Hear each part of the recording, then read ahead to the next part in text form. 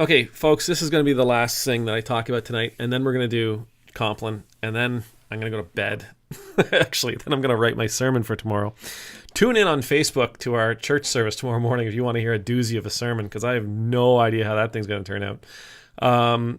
Anyhow, wow, I can't believe I'm going to talk about this guy again. But Donald Trump was giving a talk at the National Religious Broadcasters.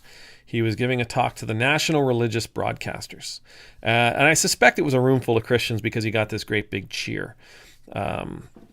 Anyhow, in this talk, he was complaining, warning. Let's say warning. He was warning the listeners that the radical left, the marauding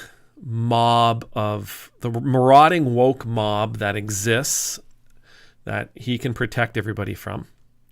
They're doing everything they can to remove the names of American heroes from buildings and parks and things like that. And so he was using, he was talking about George Washington. They're going to remove George Washington's name from this and that and the other thing.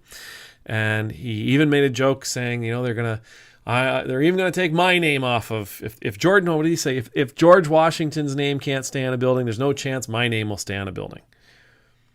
Okay. And then he said,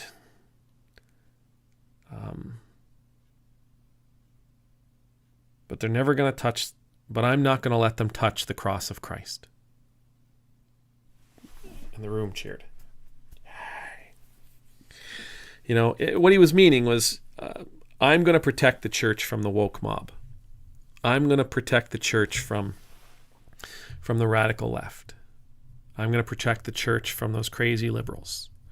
I'm going to protect the church from secular forces who want to destroy the church for their secular reasons.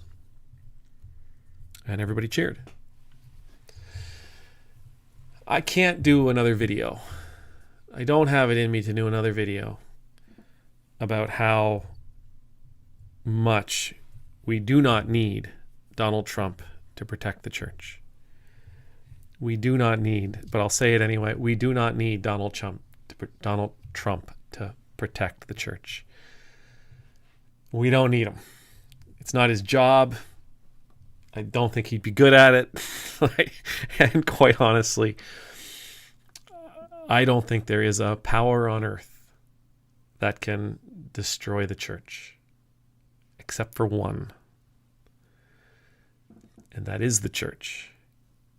And so when I heard him say that he was going to protect the church, he was going to protect the cross of Christ, nobody was ever going to tear that cross down. No secular force, no crazy liberal, no radical leftist, no woke mob was ever going to tear down the cross of Christ.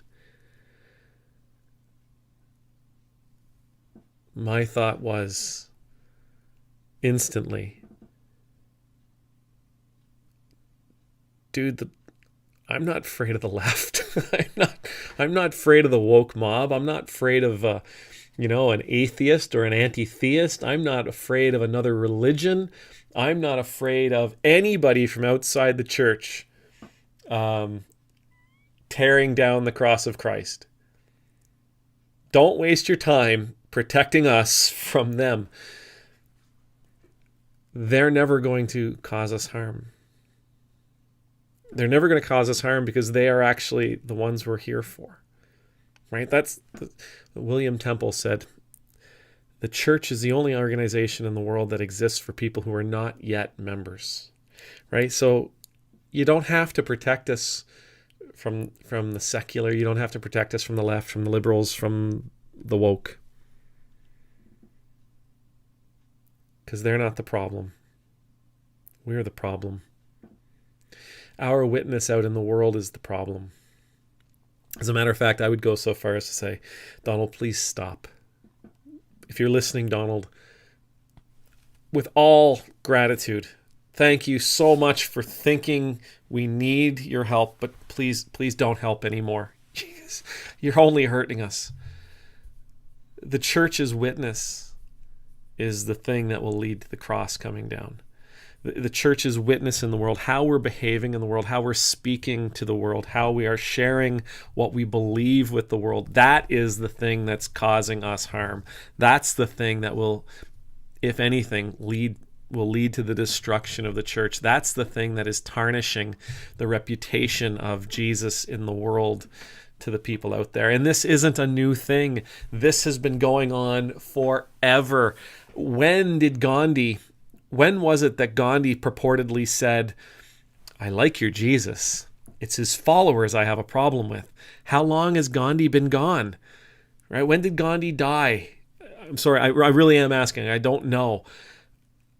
But it's got to be 50 or 60 years. So this has been happening forever and a day. Every time the church has reached out into the world to seize power, we have tarnished our reputation.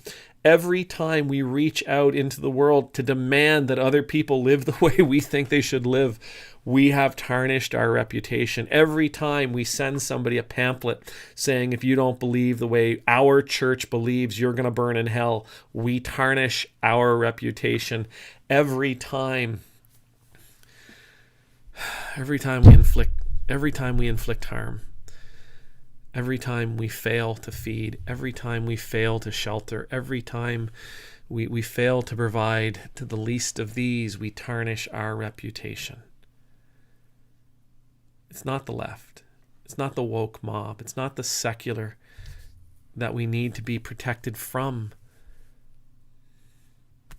We need to be protected from the teachings that have and continue to make their way into our church, continue to make their way into our understanding of what it means to be a Christian, that lead us away from Christ, that lead us away from being a bright beacon out in a dark world, that lead us away from being a source of healing for a world, that lead us away from being a source of sustenance, that leads us away from being a place of refuge, that leads us away from being a place of restoration and redemption.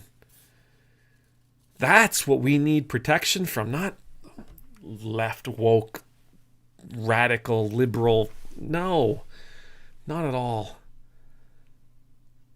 No, I don't need Donald Trump to save me. I don't believe God needs Donald Trump to save the church, to protect the church from anybody. The only ones that we should fear are already inside the church.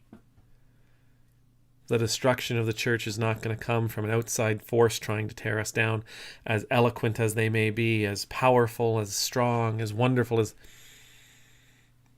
When the church has been persecuted, it's always grown. So I'm not worried about an outside force tearing the church down from outside of our walls. I'm worried about the church who has chosen to stay within their walls, to turn inward, to become selfish and self-absorbed. I'm worried about the church because in many cases, this life of ours has become about the church and not about the community. Because we have adopted teachings that have led us to believe that we should save for ourselves, that we should hoard for ourselves, that we need to be prepared for a rainy day. The teachings that have told us that we are somehow superior. These are the things that if the cross of Christ were ever to fall, it's going to be because of these reasons, not because of anybody on the outside. Nobody will ever touch the cross of Christ. No, you're right. Nobody ever will. But Lord Almighty, we Christians have just an absolutely awful track record when it comes to living up to the glory of Christ. And that ultimately is what does us damage. Amen.